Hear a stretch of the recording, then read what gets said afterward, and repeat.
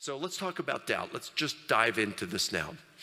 There are basically two different types of doubt. The first type is intellectual doubt. Intellectual doubt is your doubt because you're unaware of any kind of evidence supporting the truth of Christianity. So maybe you haven't you're here tonight, you've never heard of Christian apologetics before, you're unaware of any kind of historical or scientific or philosophical evidence that supports the truth of Christianity.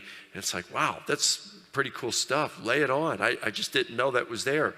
And so you start to doubt the truth of the Christian faith because, let's face it, whether you live in Canada or the US, we're in a secular post-Christian culture now, aren't we? Christianity is no longer the default religion. We are in the minority now. But doubt is not something that is unique to the Christian. Years ago, there was a famous atheist philosopher named Antony Flew. And my mentor, Gary Habermas, and Flew were really good friends. And one time they're driving along in a car, and Gary asks Flew, he says, "Tony, I just got a question for you.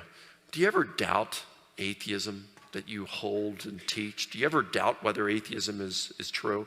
And he said, "Gary, I doubt it every day."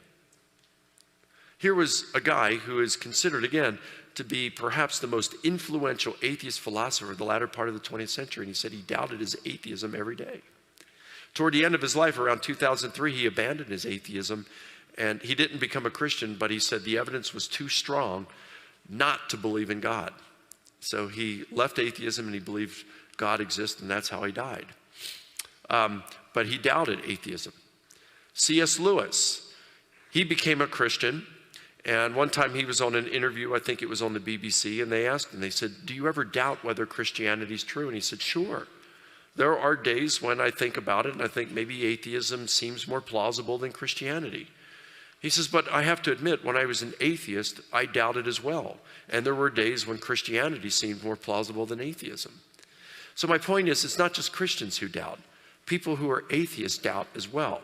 People of other worldviews doubt as well.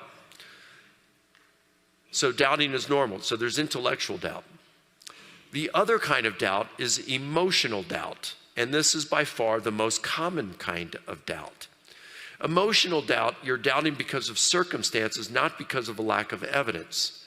Now, a lot of times they'll have emotional doubt, like there are some atheists who, like one that I've debated in the past, they talk about how they give these arguments, but at the end of the day, it seems that there was something in their life that hurt them. Maybe they had a loved one who was sick and they prayed that they'd get healed and they didn't. And they felt let down by God, and that caused doubts.